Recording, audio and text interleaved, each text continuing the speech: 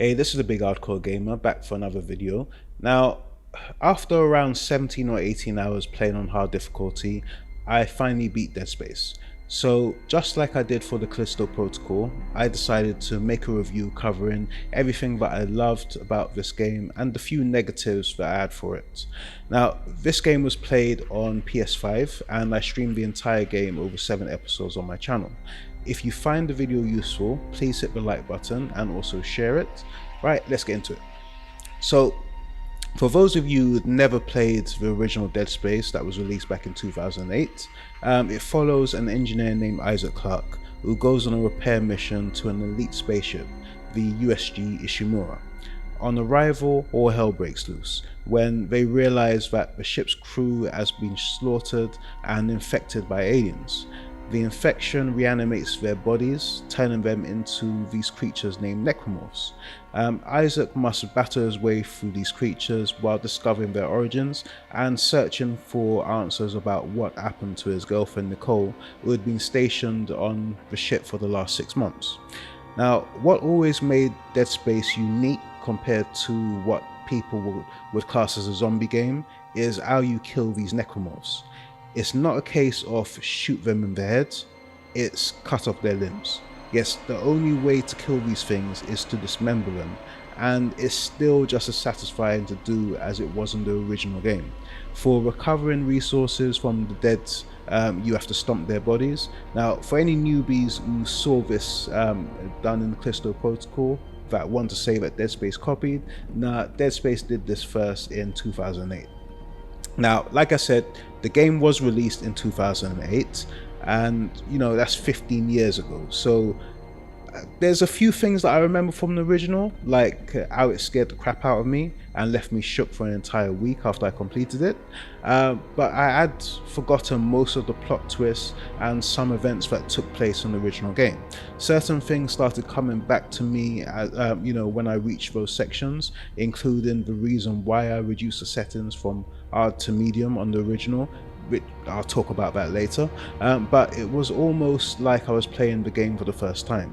If you are in the same boat as me, with your memory of the first game, I strongly recommend that you jump straight into it without the recap. But for comparison's sake, I downloaded the original game from EA Play on the day I received the remake, and I played the first 30 minutes.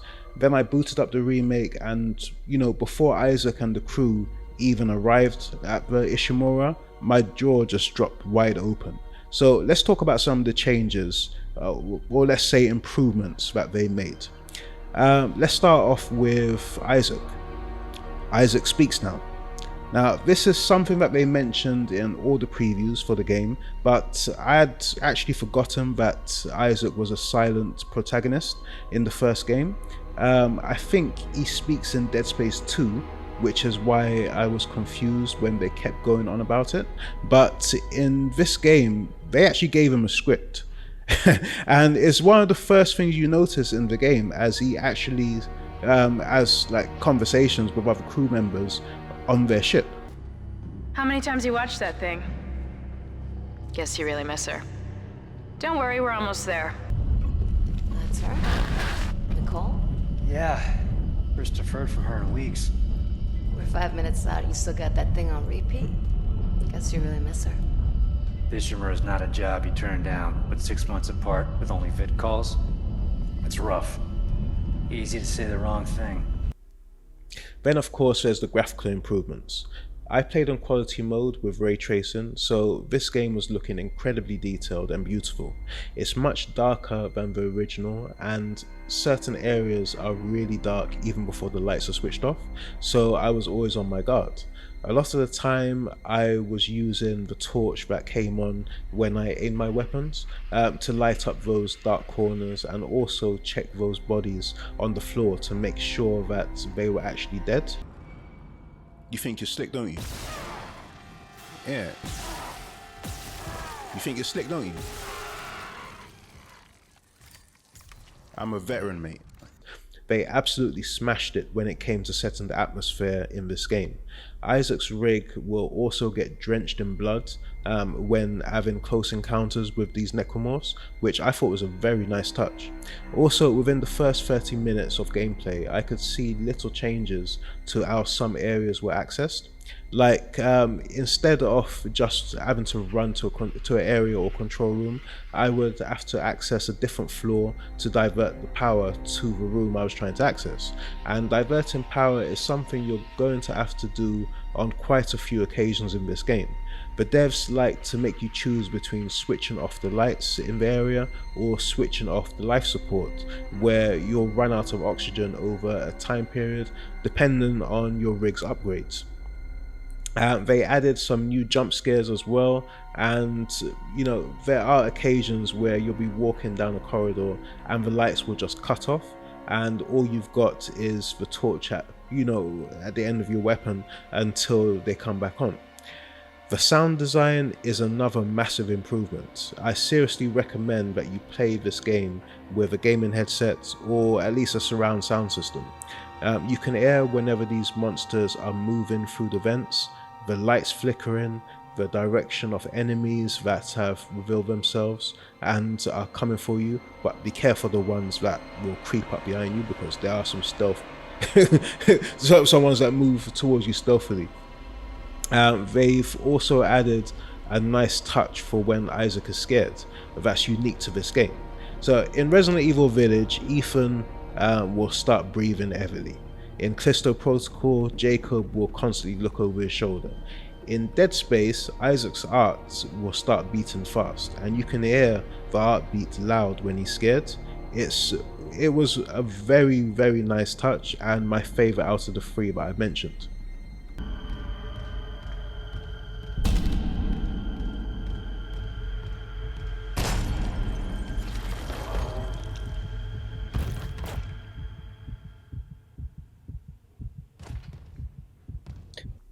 The remake also has backtracking, which is something that was missing in the original game unless the story demanded it. Isaac can now get back on the tram and go to areas he previously visited to enter sections he didn't previously have security clearance for. And you'll need to do this to find audio and text logs which reveals the lore for what happened on the Ishimura. You'll also find valuable items to sell in the store and new weapons and upgrade schematics. I seriously recommend that you do this rather than just sticking to the main story path. I did a lot of the exploring and I still missed stuff. I never found the line gun in my first playthrough, so this will need to wait until I do New Game Plus. There are also side missions in the game that really flesh out what happened with certain characters on the ship before the outbreak. There are some really good zero gravity sections as well. In the original, you could launch yourself from point to point, but in the remake, you have full unrestricted zero-G flight, and I absolutely loved it. There are some occasions where you will have to divert the power from your transport to an objective, and you'll need to disable gravity to get out of the area. It's one of my favorite improvements to the game. Now let's talk about the weapons. They're amazing, and there's a good selection of weapons that will get you out of sticky situations. Let me mention first of all that the game can be completed with the first gun that you find, the iconic plasma cutter. Now this is considered by many Dead Space veterans as the best gun in the game, and there's even a trophy for beating the game only using that weapon. These weapons are supposed to be the tools that were used for working on the ship, but I ain't buying it, and I wasn't back then in 2008 either. But from the moment you pick up the weapon for the first time, you're given a mini cutscene of Isaac assembling the plasma cutter, compared to how he just picks up the gun like it was nothing in the original. There's a pulse rifle, which is this game's assault rifle, and a few others which I'll let you discover for yourself. One weapon that came in clutch was the flamethrower, and it saved my ass on many occasions. I'm definitely going to miss that weapon when I do my plasma cutter only playthrough. Each weapon and rig, basically Isaac's suit, can be upgraded and has its own upgrade tree. You find power nodes around the ship in certain rooms. You find them on special enemies, and they can also be purchased at the game store with credits you found, but they are actually quite expensive. These are used to upgrade the weapon and rig at workbenches. One power core equals one upgrade. Upgrades include things like damage, ammo capacity, and alternate fire, while upgrades to the rig include things like hit points, which is basically your health, oxygen duration, and stasis duration. You can also find and buy schematics to increase the upgrade path of your weapons and rig at the workbench. And if you save up enough credits, you can buy new rigs at the store. But I used a level 2 rig until I think chapter 7 or 8, and focused on upgrading the features at the workbenches instead for my rig and weapons. And then there's also the effect that your shots have on the enemies. When shooting limbs, I could see the flesh peeling off. The necromorphs seem to take a lot more damage in this game. So when you see the flesh peeling off the limbs, it's a good visual indication of how much damage you're doing.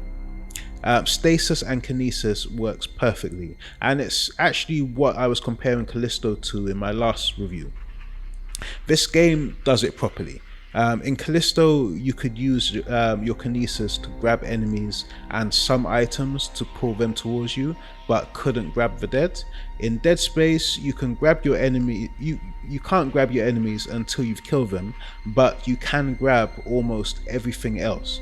This includes ammo, boxes to clear the way from the doors, exploding canisters, fire extinguishers, rods for impaling them, elf kits, and my favorite, the necromorph limbs, which you can use to impale them with. Kinesis never runs out either, and can be used to access some areas. You also have stasis for slowing down enemies, allowing you to get an advantage on them. This does deplete every time you use it, but there are stasis recharge points around the areas of the ship, and stasis modules you can find for a top-up. You have a good sized inventory for your items, and you can also store items in your stash if you run out of space. This can be done when visiting stores around the Ishimura. Also, each rig has increased storage, so I never actually ran out of space, not even one time during my playthrough. I mentioned that I played the game on PS5, so of course I got the DualSense features from the controller as well. The haptics, feedback, and adaptive triggers made every weapon feel unique. In some areas, when Isaac is forced to move slow with heavier footsteps, you can feel the left and right footsteps in the controller as he walks. You can't feel the necromorphs moving through the vents like you could in Callisto Protocol, but they did a great job at utilizing the DualSense features in this game. New Game Plus is also available as soon as you complete the game, so there's no waiting around for a couple months for them to add it. To help you along your way on your new playthrough, you're awarded with 50,000 credits, 10 power nodes, text logs for if you're going for trophies or just want to explore the lore, and the Advanced Soldier level 6 rig. On top of that, the game has a respectable platinum for the PS5. This game doesn't give participation platinums, and most won't get it. I'm not even sure myself if I'm going for it. As well as completing the game with only the plasma cutter and upgrading everything, there's also a trophy for beating the game on impossible difficulty, which has permadeath, so good luck. There's also a lot more action than I remember. Now, I could be misremembering, but one of the things I loved about Dead Space 2 was that it had more action than the first game, while the first game was more horror focused, but I could be wrong because I played the original a long time ago. Now, I understand if you're thinking that this is a Dead Space Remake appreciation video, and you'd partly be right, but there were a few issues I found with the game. The first one is actually something that I also found in the Callisto Protocol. The game's not scary. Yes, it does a very good job at setting the atmosphere using lighting, sound, making you fight enemies in tight areas sometimes. But apart from a couple occasions, the jump scares weren't hitting for me. And I was surprised about this because the original scared the crap out of me, and they did everything they could to improve this one. They add some fake jump scares to make you think something's about to happen, but when you notice the signs of this earlier on, they lose their effect. But I think this may be a me problem, as over the years I've built up a tolerance to some scary shit in these games. In the original, the thing that made me reduce the difficulty was when I was fighting some necromorphs and they would just jump back into the vents and then pop out of a vent behind me and kill me. After a few occasions that this happened, I admitted defeat and reduced the difficulty to medium. So now, as a seasoned vet with these games, Battle Hardened Biggs was expecting the same thing. It never happened. I think they may have removed it to make the hard difficulty more accessible to new players, but it was disappointing to me. There are some occasions where you'll see them jump back into vents, but these are scripted and not the same as the previous experience. Another thing that removed the fear from me was that the game is really generous with providing health and ammo. I think there were maybe 3 or 4 occasions in the entire game when I ran out of ammo. That's the entire 17 to 18 hour playthrough. Apart from that, I was well stocked up on ammo most of the time, so I never really worried about it at all. There was no anxiety about not having enough ammo to make it through sections, like I would get in a Resident Evil game, for example. This felt more like a sci-fi action game with monsters than a survival horror game at times. But like I said, it could just be me because I'm used to it now. If you're new to the series, or maybe you're new to this kind of game in general, you will probably find it scary. Leave a comment below if you're one of those players. I mentioned earlier that the game makes you make choices like disabling the lights or oxygen to divert the power to objectives. This sounds great on paper, but in reality I don't think this was really that impactful after doing it a couple times.